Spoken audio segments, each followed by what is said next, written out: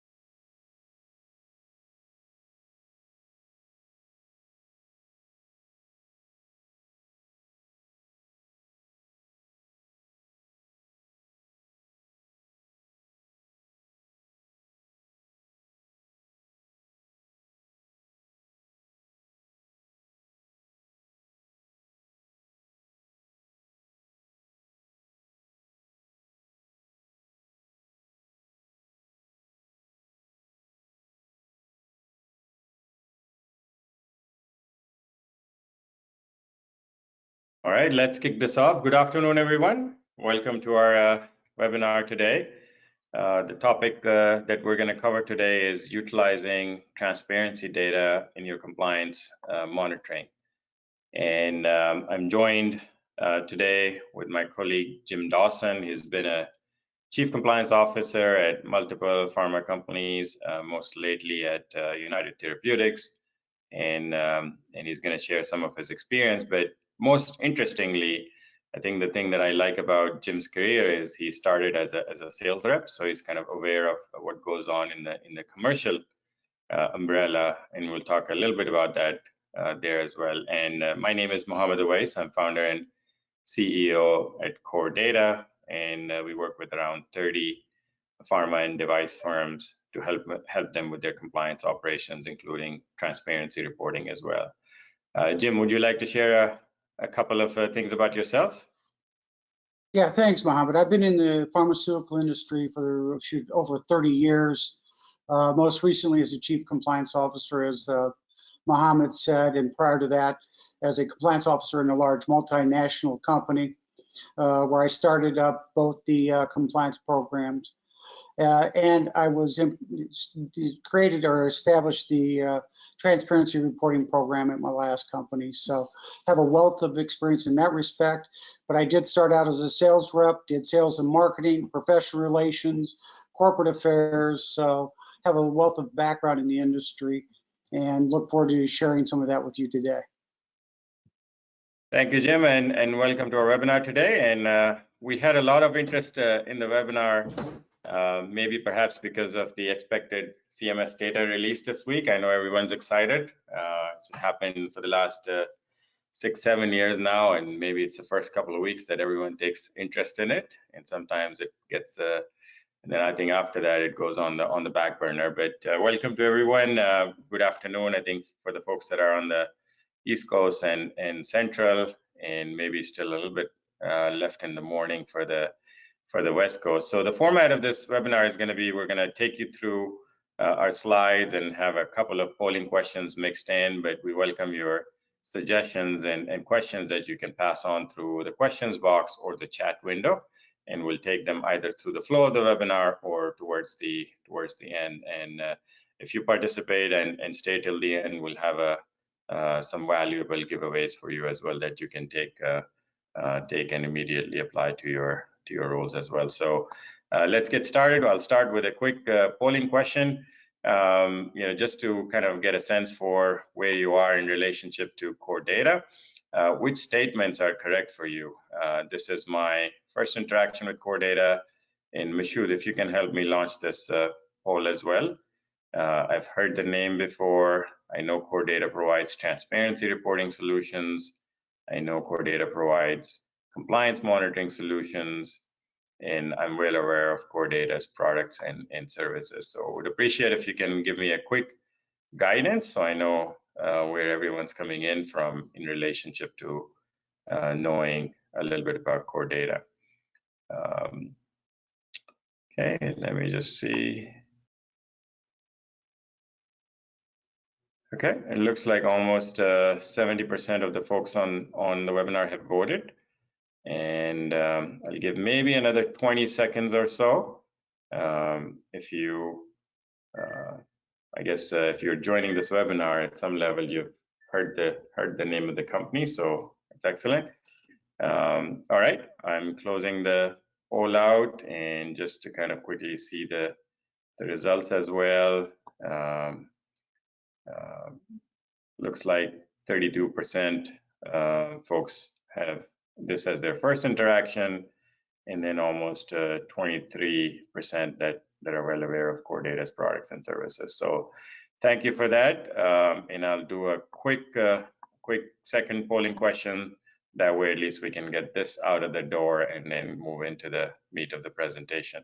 So just so for us to understand where you are in your journey in terms of utilizing CMS data, are you currently analyzing CMS Open Payments database?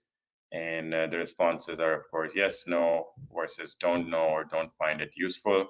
Would love to get a quick input, and then we'll be on our way. I'll transition over after this polling question to Jim to take us through a little bit around open payments data and why that can be useful for us in compliance monitoring. Okay, looks like close to 70% folks have voted. I'll give maybe an additional 10 seconds or so. If you want to vote, now is the time, and just to get a quick sense, and I'll share the results. Okay, looks like everyone that wanted to vote has voted. All right, I'm going to close the poll and share the results.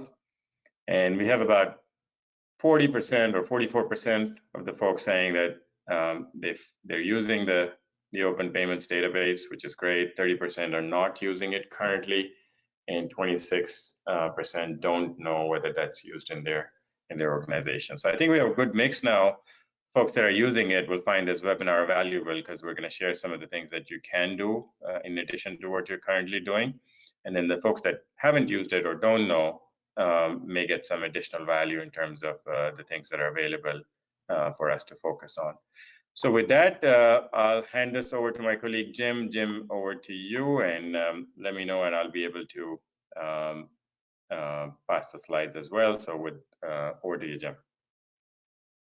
Great, Mohammed, thank you. It's a pleasure being with all of you today, especially as Mohammed said earlier, with the fact that we are going to have the release of the 2020 open payments data anytime now. So this is a great time for you to go in and start looking at the data, and it's a great time for us to sort of help you and maybe give you some pointers on how to move and look at that data. The next slide, please, Mohammed.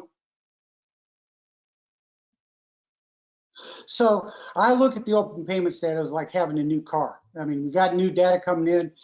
Let's take a look at it. Let's take it for a test drive, and really let's see what we can get out of this car and see how much of the data we can use and look at our own compliance program and our own company to see how we're doing.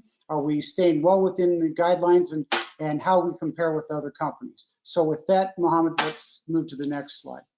So the first thing I like to do is take a look under the hood. What's in the open payments database? I think we all know what we're reporting, but we need to take a look at it on what company payments are. Let's take a look at what our payments are and what other companies' payments are being to physicians, so we can see the physician payments as well as the R&D payments. So with all that, it gives us a huge amount of data that we can take advantage of to analyze where we are versus our own company guidelines, as well as where we are against our competition or our colleagues.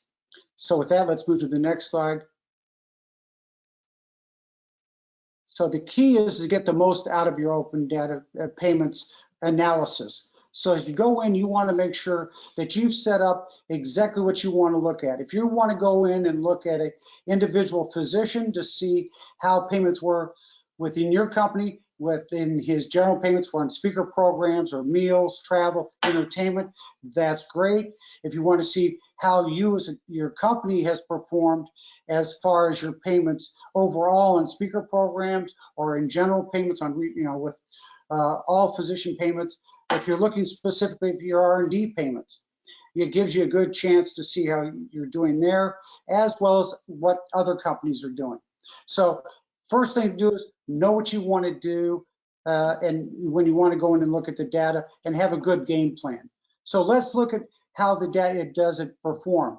And what I mean by that, what can you go in and look at, what is the Open Payments database good to look at? It's great for identifying high risk spend. If you're looking to look at, are we spending too much on speaker programs with an individual physician? Are we paying our primary investigators too much on research payments? We can take a look at that. We can take a look and see and identify the high risk physicians. Who are we paying too much, or who's being paid too much? Who's being overutilized? And then we can start establishing some key risk indicators as far as payments, utilization, and then we sit down and say, let's look at what trends are in place. What key metrics do we want to monitor to make sure that we're not going off the deep end? For example, we look at Dr. Smith, and he may be paid, in 1916, he may have been paid $50,000 a year for speaking, but now he's being paid $250,000.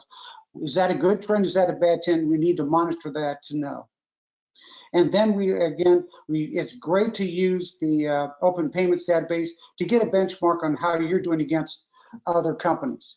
The one thing it's not really good for is looking at real-time data, because you have to wait a year to get the data to really make any meaningful analysis. So if you're looking for real-time, the CMS Open Payments database is not where you want to go. So next slide. So let's take a look at, my slide pops up here. One individual physician, Dr.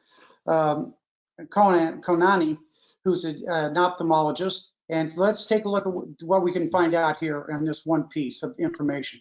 First of all, we can look at what his total payments have been for the year, for over a period of years, so we can get a trend that way. We can also see how he's been paid for general payments and his R&D.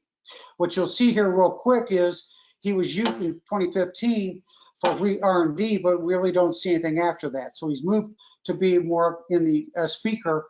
And if you move to the bottom right, where it says physician speaker programs, you can see or spend, excuse me, you can see exactly where his money's coming from. And he's a big speaker, and it's a little consulting fees, and that's grown. But you also want to look at what other companies are using him. If you look at it, Genentech is your big user, and then you have Janssen that's in there as well. But again, almost 50% of the business of his payments are coming from Genentech, either the USA or Inc. So it gives you a good idea of how this physician is being utilized by yourself as well as the industry. So next one, please. So now let's take another look at it. Is it popping up there, Mohammed? I can't see the slide. The next slide. Oh, there it is. It's taking a while for it to load there. So let's take another look and look at it as your own company. And let's take a look at what our company spend is by our drugs, or what of our products are being utilizing, or we spending the most against. And then we can take a look at the type of spends. Is it in research, speaker fees, consulting fees, travel? We get a good idea of where our spends are, and then at what institutions. So from an R&D standpoint, this is great because you get to see where your research is going and then what other fees you're paying that physician as well, and to whom. So you get your top institutions that are doing the research. And if you want to take a look at that from another company, one of your competitors, you can see the same thing of where are they doing their research, are they doing the right places or not. But from a compliance standpoint, this allows you to get a good feel for where your money's going and who's actually utilizing. Are you overpaying or putting too much money into any one area?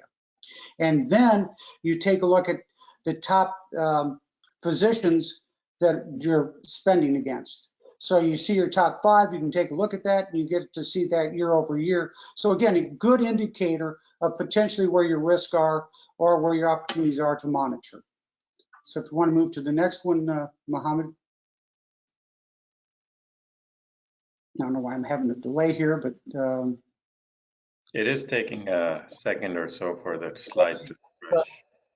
Yeah, thank you. So now then we get to look at who the top speakers are in the area of dermatology, and you can see real quick that Dr. Paul Yamaguchi, or Uchi, excuse me, is your top physician in dermatology speaking, and he did over 600, almost 700 programs in the year.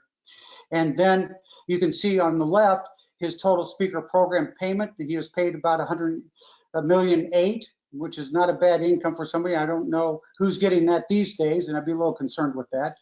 But then also how much he's getting by program. So it shows you real quick, if you look at it from basically an individual speaker program, I'm probably not overly concerned with his payment. I may be, depending on my company policies, but I'm looking at the total payment that the speaker is getting in aggregate from the industry, and it's quite a substantial fee. So if I'm looking at it from a government perspective, he'd be one I'd be wanting to look at, and then figure out who is paying him the most amount of money. So I want to look at that myself to know where that's coming from. And when I look at it in the center box, where under industry speaker program spend, I now see who the main players are, being Celgene and Lilly are the main 2 players in speaker programs with Dr. Yamaguchi, and we can see exactly how much they are spending on average program at the max and min. So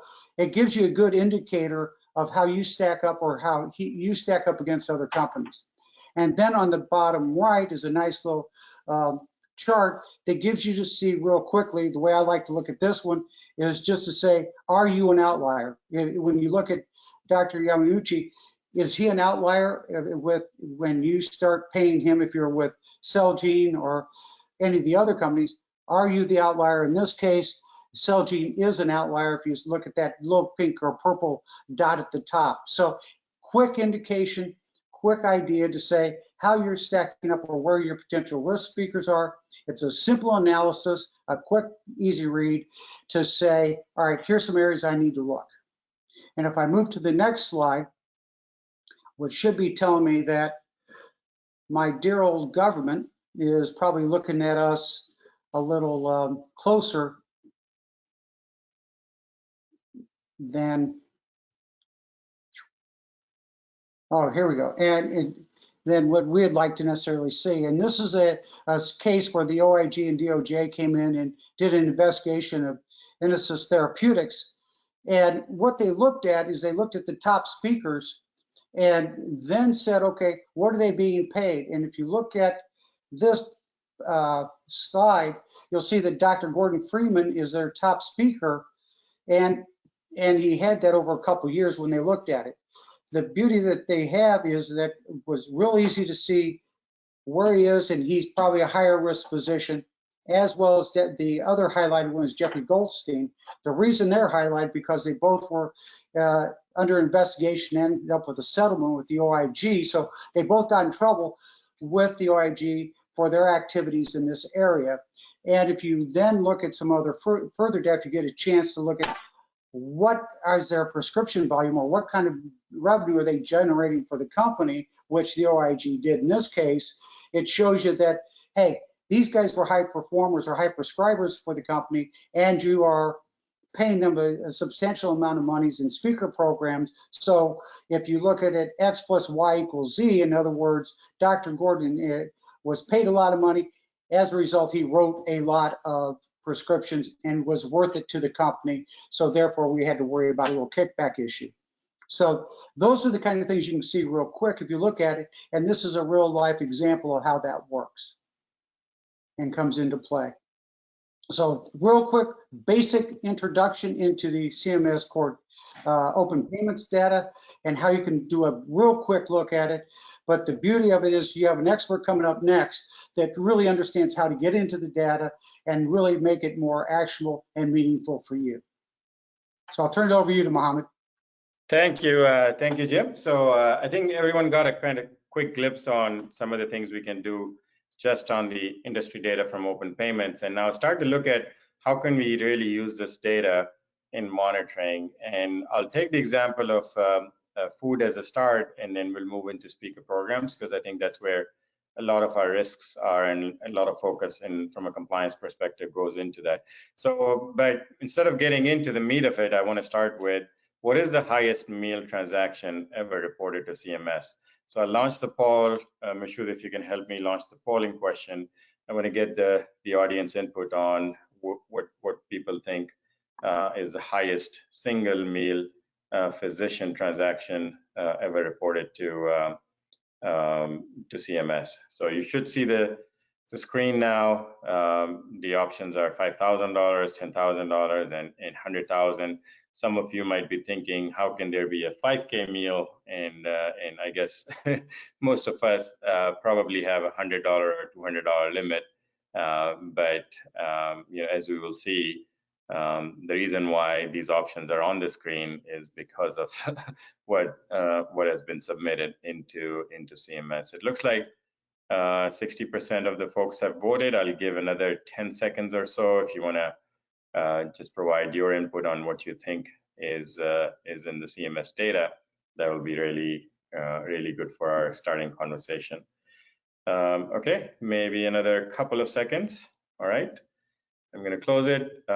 Looks like a lot of people have voted for the middle, which is 10,000. Almost 60% of the folks have voted for that, and some have voted for 100K and 6,000. So let me show you what it really is. And if you look at it, this is from 2016, a 750K transaction reported under food and beverage. And to protect the innocent, I've removed the name of the company. And the funny part is it was not even disputed. And when we look at an amount like this, in fact, I was at a conference and I asked the director at CMS, have they started to look at these large spend amounts?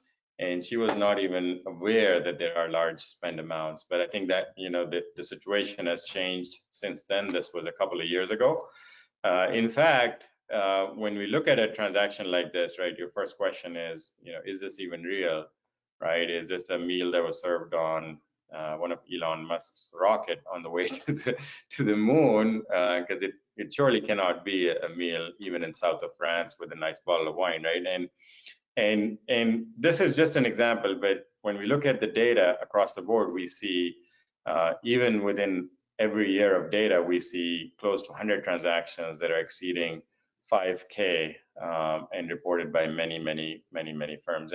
And for some, you know, you might think that reporting into CMS, nobody will really care. But we had an example about 3 years ago, and this is probably even, you know, earlier than the penalties we've started to see more recently, where one of the customers that we have, there was a newspaper that actually did a report on them. They had an $850 meal, so a single transaction of $850 meal, which in the context of this is nothing. But they got reported on, the newspaper covered it in New York. It was late night. You started getting calls from chief compliance officer, from their CEO, got really scared, dug into the issue, found out that it was an actual transaction, came in from Concur. However, they had not connected the data appropriately. So the transaction, if it was an international transaction, if they had translated the currency properly, it would have been $42 in US dollars, and it wouldn't have been such a big issue. So, but the point here is that once they reported the wrong amount, they then had to go through and justify to that newspaper, write a note to the HCP, and just from that point onwards, she's been a big fan of core data, but not just core data, but making sure that she does data analytics before she submits the data. Because once it's in the public domain, it stays there for at least a good 6 months or a year. So kind of thinking about, we're thinking about food, and one of the things we do when we're talking about compliance monitoring is starting to create risk indicators, right? So when we look at something like this, that let's say you are a chief compliance officer and you're bringing some consultants in, let's just call them core data, right, myself, and you're bringing us in and you're like, we had this meal that was really large that got reported, now I want to make sure it never happens again. How would we create a risk indicator to make sure that it's spotted and we can take actions on it before we report?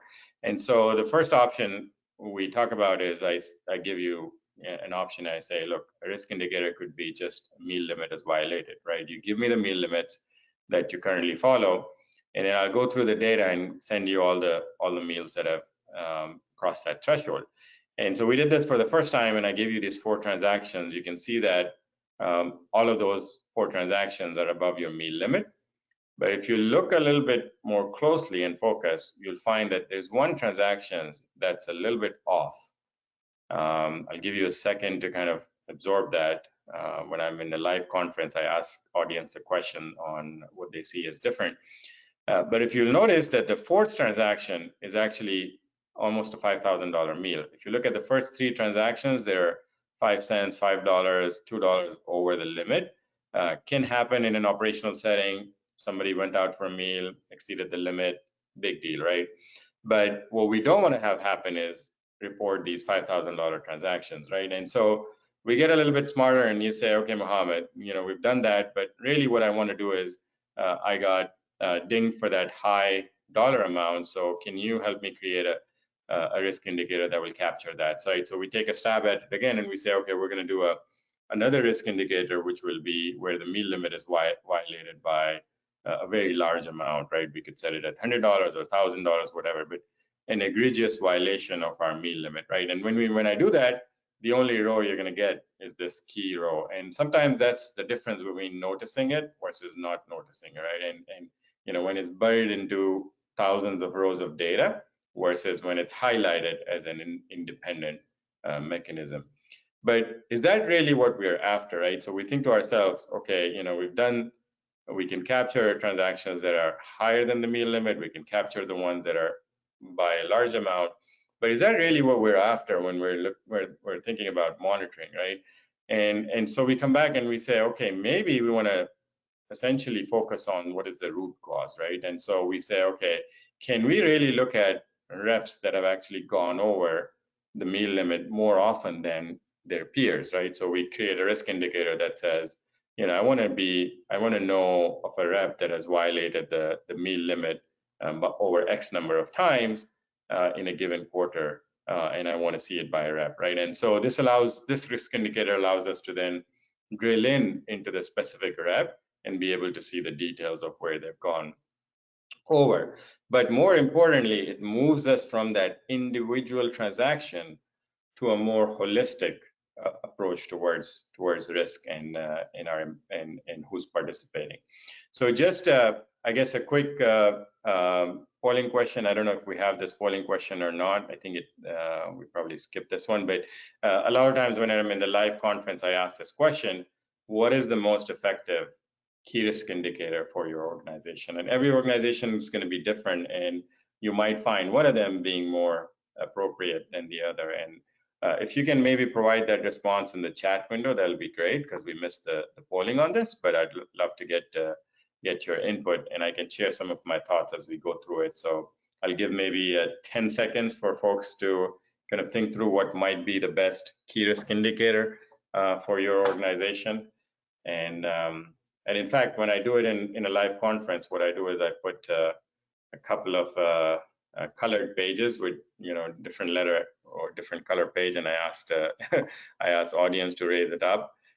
Looks like a lot of folks are voting for C. Some are voting for B. Good to see the the input coming in. And as we look at this, there is no, there's no right or wrong answer, right? Some of this is going to be more valuable at different stage of the organization versus others. However, when we think about compliance monitoring, perhaps the most important one might be C. If we're thinking about kind of a reputational loss, most important might be B, because we don't want to submit anything that's that large into CMS that's going to stay there for a very long period of time.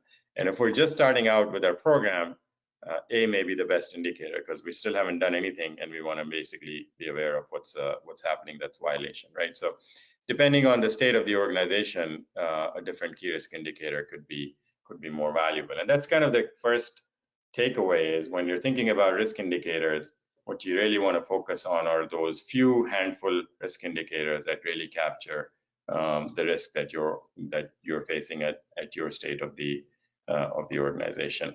And so, why do we care about this, right? Why do we care about open payments and the sole transparency, and why worry at all, right? We could just submit whatever we want. And if it wasn't for the recent kind of enforcement action, some of this might be on the back burner. But I want to just play a very short clip, and I hope everyone can hear it, from a couple of years from a late night show that I think sets the stage for how the media looks at this and how the industry is perceived from an outside perspective. Hopefully everyone can hear this. Prescription drugs, the only ovals that can bring people in the Seattle area joy anymore. To be fair, again, GlaxoSmithKline will no longer pay for thought leaders, and the industry in general claims they're reforming. In fact, a spokeswoman for Pharma, the drug industry's trade group, has even bragged about the tough new restrictions they've put in place. In our pharma code, we say that pharmaceutical representatives can bring an occasional meal, a modest meal, turkey sandwiches, pizza. I don't want to just focus on turkey. Maybe we could have ham sandwiches, but modest meals, not steak in a restaurant. Oh, no. Not in a restaurant, although we probably allow a steak at an Outback Steakhouse, because, come on, that's not a great steak. That's basically a chunk of horse meat with grill marks drawn on it with a Sharpie. So no one's getting ethically compromised by that. That's what we're saying. This voluntary pharma code is, I guess, a step in the right direction. But luckily, there is actually some good news here. A new clause in the Affordable Care Act will, for the first time ever, allow average citizens to search a federal website to see all of the perks given to physicians by pharmaceutical companies. Now, I know what you're thinking. What, a federal website made up of a list of doctors? Hold on, let me Command-T up a new tab right now. But look, this website is actually kind of fascinating. The first batch of numbers are now online, covering the last 5 months of 2013, and you can, and absolutely should, go online and look up your doctor at this address and see what you find. Maybe you'll find your doctor did a little research for a drug company, which is probably fine. Or maybe, as ProPublica did, when they looked at pharma payments, you'll find a doctor who's earned more than $1 million delivering promotional talks and consulting. Or maybe, like we did, you'll find a doctor who got food and beverages one day worth 4 cents. 4 cents. I have to know what that meal was. Because the only way a 4-cent meal makes sense is if that doctor is a mouse. That's the only way it makes sense.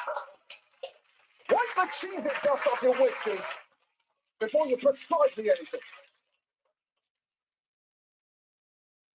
Okay, hopefully the video and the audio quality was good. I can't tell from a webinar perspective, but hopefully everyone got to see it. If not, I'll be able to send out the link. I just played a couple of minutes. It's a much longer video, but hopefully everyone was able to get a little laugh this afternoon and kind of also see the outside perspective. But I want to take the analogy of a racing car, and I know Jim mentioned it in the beginning, and this by no means is my car. I mean, I'd love to have it, but I think it kind of helps me put together how we use data in compliance, right? And if you think about a race car, right, we are, when we're in the driving seat, we have this dashboard that gives us some quick indicators of how the car is performing, right? Whether it's the speed, the speedometer, the fuel gauge, the oil level, right? There's a variety of things that are happening inside the car.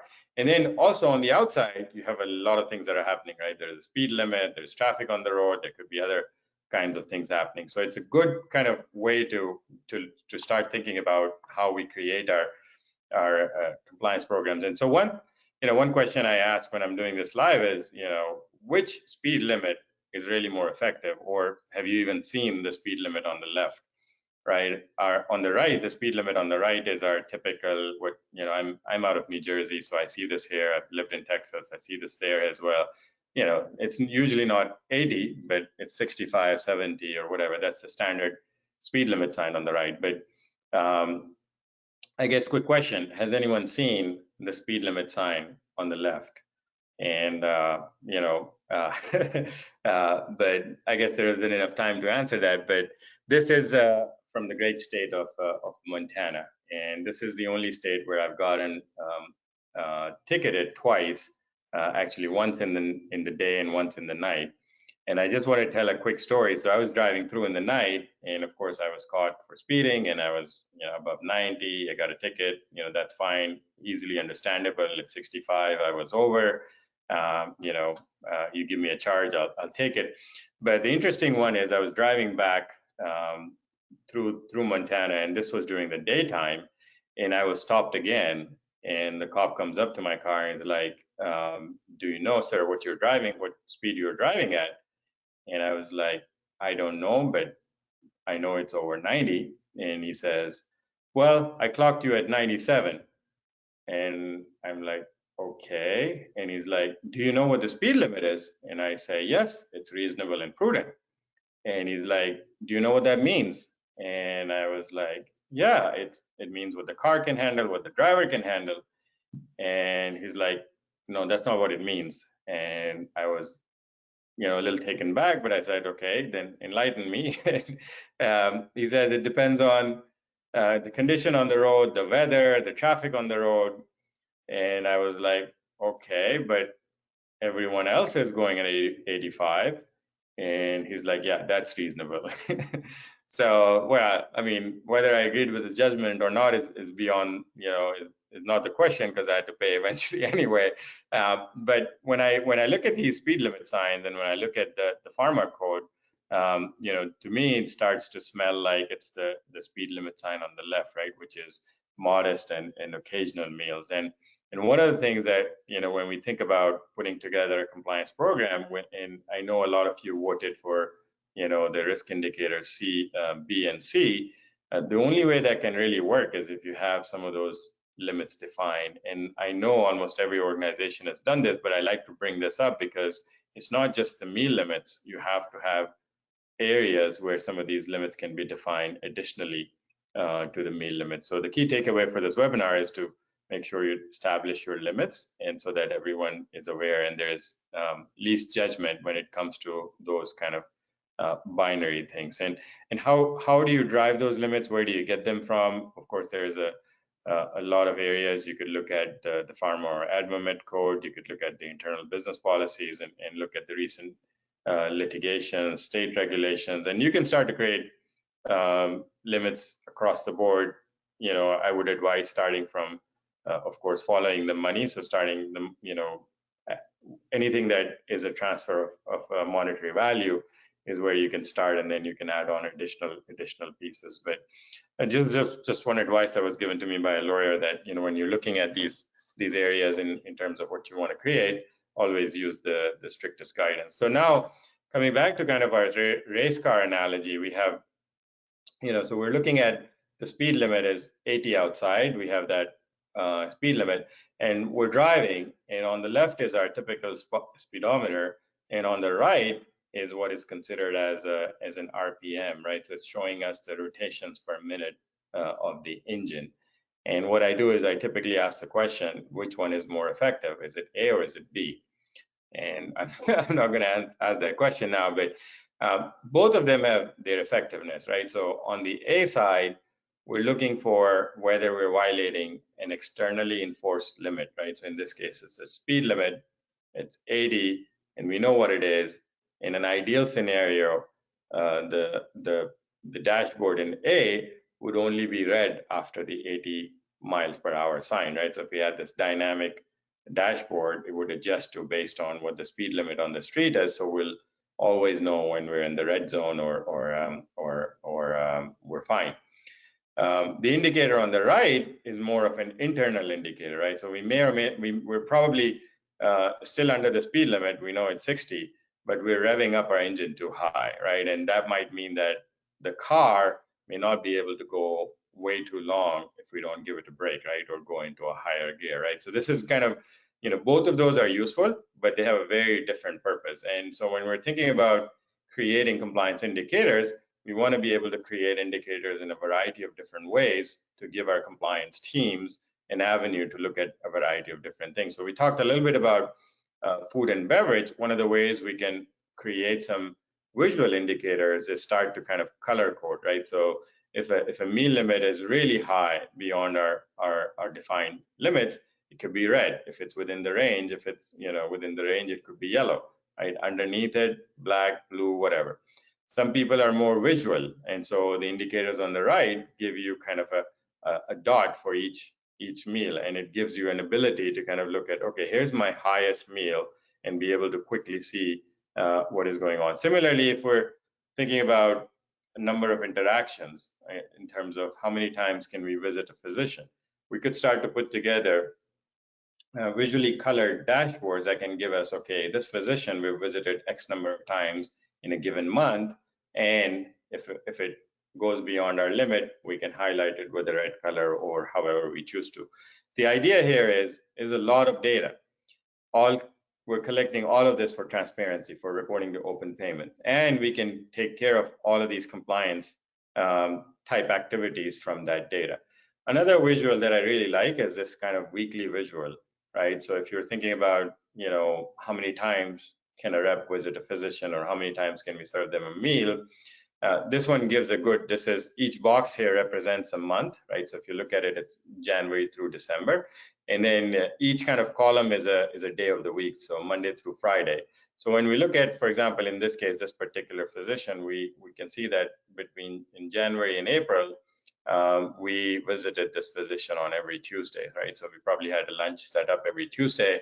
And in other months also, while not as consistent as January and April, we did visit this physician mostly on Tuesday. So this is kind of a very quick way to look at, you know, whether we're crossing the limit in terms of the number of times we're interacting with that physicians. And so the key takeaway based on what we saw on the speedometer of a car and how we look at compliance would be to use visual representations, because you can display the data and someone can make a judgment in a split second when you're giving it on a visual versus when it's in text. So now looking at speaker programs, as that seems to be more of a concern from an outside perspective, from an enforcement perspective, from a fraud alert perspective, how do we really start to take a look at this, right? So again, going back to our analogy of car, we have cars that have gas tank indicators, right? So on the left is your traditional empty versus full indicator, and the car tells you where you are in relationship to, you know, the size of your tank in terms of, you know, whether you're towards or closer to the empty mark or full mark. And then on B, which is the right side, we have this more modern indicator, which actually tells you how many miles you can drive that are left in the car. And again, I asked the question, which one is more effective? And I get responses on both sides. And in some ways, both of them have their effectiveness, right? However, what we want to think about is this journey in terms of our data analytics and compliance, right? And it's the same journey that automakers took when they went from A to B, right? We did not see the indicator B come out in our cars, let's say 20, 30 years ago, right? It's only recently that this has come out, but the indicator A was always there. And so sometimes it's a journey, because A is easy. You can create something very quick, which gives you where your fuel levels are. And B requires a little bit more of a calculation, where you kind of have to know how much the car does per gallon of gas.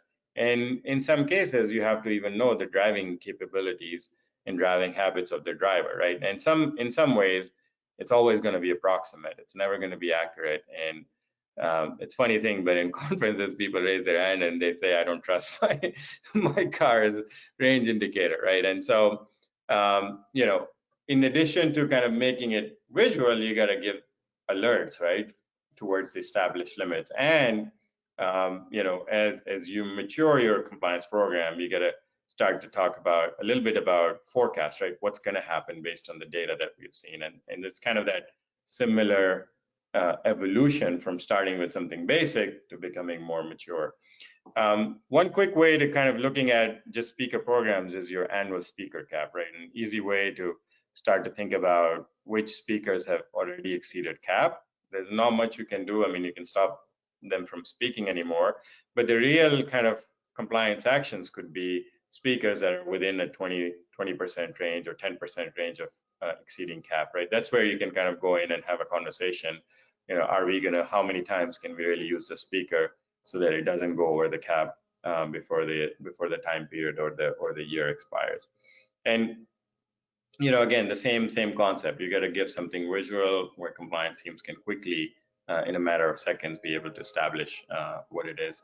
And I want to take the time and just walk you through maybe a live demo of kind of looking at this from a transparency data perspective. And I'm gonna just I'm logging into a core data tool, right? The session isn't meant to talk about the tool itself, but I just want to give you a kind of a sense of how you can really evaluate and actually explore this data.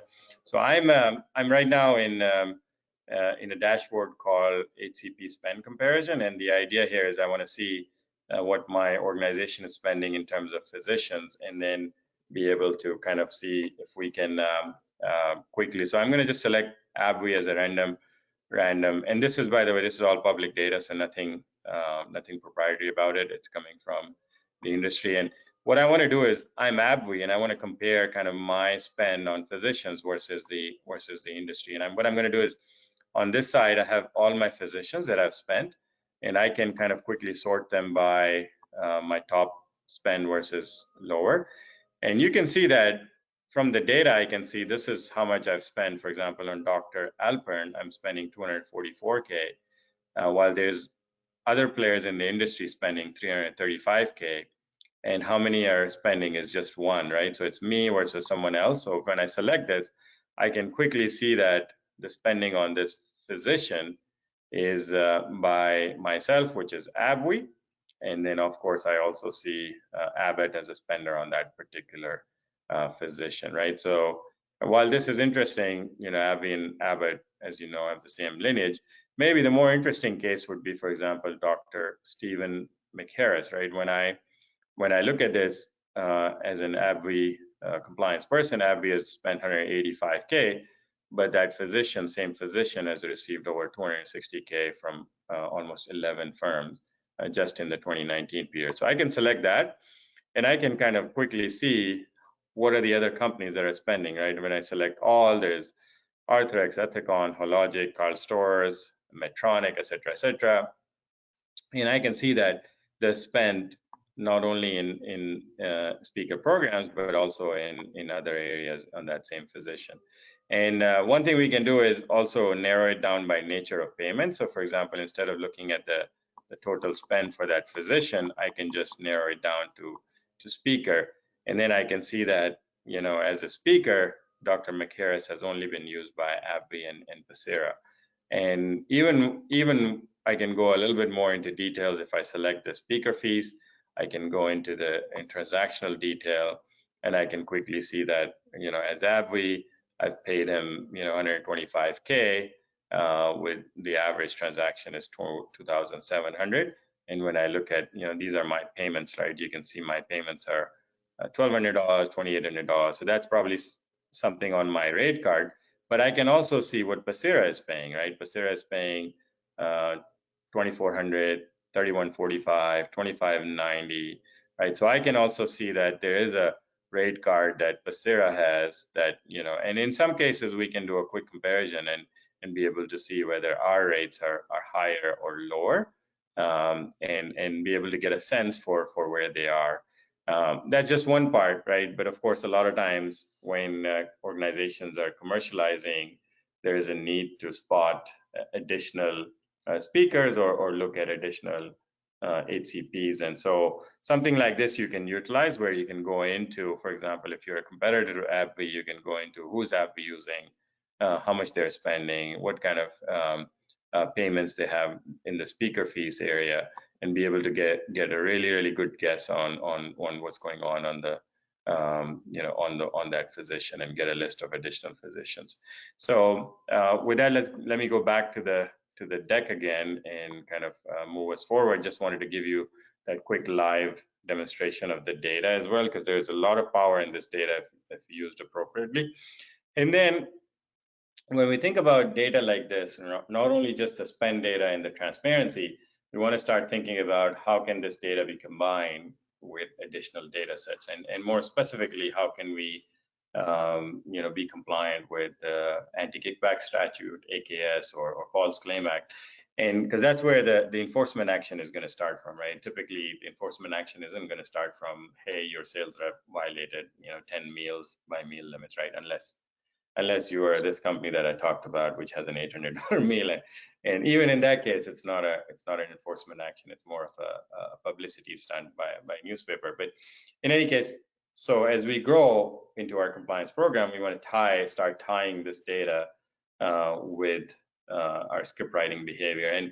And Jim mentioned this. We've seen that in the case of opioids being done really explicitly, and while that's just one scenario, and what we're starting to see is that's kind of consistent across, so if there is an additional pieces going on or investigations, the government will most definitely look into your open payments and whatever prescription data that they have. So it's better to get ahead of that curve, be able to do this on our own. And again, we're only recommending this for compliance. This cannot be given freely in the hands of commercial team, of course, to prevent that kind of ROI calculation. But just to give you kind of a quick way to do this, and we can do this from just public data. For firms that have the IMS internal sales data, you can put that in there as well. But in this case, what we've done is basically plotted the spend on the x-axis, which is your total spend that you report to the government, and then on the horizontal, on the vertical axis, y-axis, are the prescriptions coming in from Medicare Part D. Each dot, blue dot, represents a physician, and so you can quickly see that there is a couple of areas where these are concentrated. And if you think about the kind of the purple shadow on the vertical axis, those physicians are low risk because they're writing a lot of prescriptions for you. However, you're not paying them much, right? So it may not be a risk of AKS. And similarly, the ones that are on the spend axis, right? You're spending a lot of money on them, but they may not be writing as many prescriptions. And so those may or may not be that high risk. But anyone that's in that zone of where you're spending a lot of them and they're writing a lot of prescriptions for you would be kind of your starting point to dig into, right? You're not saying that that there is something illegal or unethical going on. All you're saying is, how do I optimize my resources in compliance and be aware of my high-risk physicians, right? If you had to choose a physician to monitor or an activity to monitor, this would narrow it down to that 3% or 5% where you have high risk, versus going after that 10,000 set of physicians that you might have. So just giving the same chart, I've plotted it on INSYS because we talked a little bit about INSYS, and as you can see quickly, the red marked physicians here are really the ones that were eventually indicted, and you can see they're all sitting in that top right corner. There are additional physicians that are in that corner as well, but the ones that were eventually persecuted and indicted are the ones all belong to that high risk area. So it's a quick way to kind of get that done. And just that last takeaway is we have to start thinking a little bit outside the box, meaning looking at data outside our organizations to be able to really use them for compliance monitoring, right? So just in terms of conclusion, how can you use transparency data for monitoring? We saw transparency data, how we can use it internally, whether it's speaker programs or meals. And then we, of course, have the large open payment database now that's 6 or 7 years of data. Another year is going to come out this year. And then in terms of key takeaways, creating risk indicators that capture your risks. You want to establish your limits, as we saw in the case of speed limit signs. You want to use visual representations for all the data that you're providing back to compliance or to your team members. And with those visual representations, you also want to have some alerts, whether we're going in that red zone or yellow zone. And then number 5 is there's got to be some creativity in compliance, right? We got to go a little bit outside our usual box to get the data that we need to tie to the data that we have to make those additional conclusions. So thank you all for attending this long webinar. I think we're coming to that last 5 minutes. I'd love for you to ask questions. I'm happy to answer in the chat box or through the questions menu. And as our appreciation and gratitude for you to attend, we have a download pack for you that you probably received a link in your email before attendance as well. But if you want to go there now, you can just scan this QR code on your mobile. It'll take you to that form. There's also a link on the slide. You can go there and download this. This will have kind of just a quick intro to the changes in open payments for 2021. You'll also get an annual calendar report for reporting, and then you'll get a set of top risks for speaker programs, KRIs that we have seen. I have a couple of questions that I want to take, but let me get just the last. So if you have questions, feel free to ask now. Now is a good time. And let me just get to that last slide to open up that last poll. And as the poll is happening, I'll answer those questions. So just we'd love to kind of hear about your priorities. We've talked a little bit about the data and how it can add value to you, but if you want to highlight some of your priorities, I'll launch this poll in terms of the next few months here. Are you looking for tools to assist in the monitoring of HCO, HCP activities? Are you looking to maybe optimize your work in compliance and maybe add more automation? And by the way, in this particular, you should be able to select more than one if you like, because there could be more than one priority. And whether you're looking to replace your current transparency vendor, whether you're not happy with them, whether they're not providing you with all the CMS data and the compliance analytics that you need. Lowering compliance costs, we see that as a challenge everywhere with the limited budgets, especially post-COVID. And then some of you may be preparing to submit for the first time, right? As much as I'd like to say it's an exciting time, I just think it's one of those areas where you learn a lot as you go through this process, and we're happy to help if you need us. So it looks like we have a good number of folks have voted already. I'll wait another 30 seconds if anyone wants to vote, and I'll go towards the Q&A quickly as well, because we have a few questions that I can start to answer. So I'll keep this poll open for a few seconds if you want to take a look at it and maybe answer it, respond to it while I go through the. Okay, so we have a question. Can you please have the slide deck and video? Yes, we'll send it out. And then another question is, can one get hold of speakers' annual cap list, or is just up to the organization's interpretation? So what I've seen is typically organizations do create an annual cap, whether it's on the speaker honoraria or program fees, or sometimes it's across the total spend on a physician. That's what I've typically seen. But Jim, do you have any insights on whether there is kind of an industry or externally enforced annual cap, or is it typically an organization's choice? My experience has been it's an organizational choice. But to your point that you said earlier, Mohammed, what I like to look at when I did it is I wanted an overall spend cap. Then I wanted to be able to have a cap in place for each of the elements, whether it's honorarium, speaker programs, consulting fees. That way I could monitor and keep track of whether I was getting into areas of overspend in any one of those, which would help me keep the overall cap in line. Okay. But to the basic answer is that it's company specific. Okay. All right, great. Thank you so much, Jim. And I think with that, we'd like to maybe thank everyone for attending today. Hopefully you found at least a couple of value additions, and let me just share the results of the poll so that everyone has it. Okay, so you are seeing the results. There is about 73% of you that are looking to help with monitoring, and then 80% or more are looking to get rid of the manual work that comes with the job.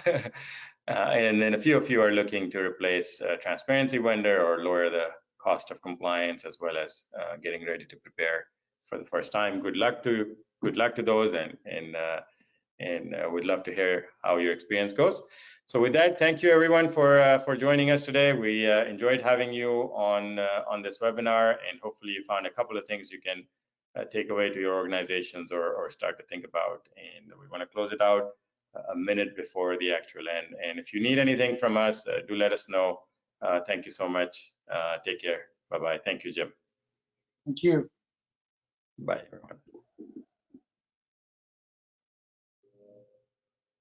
everyone.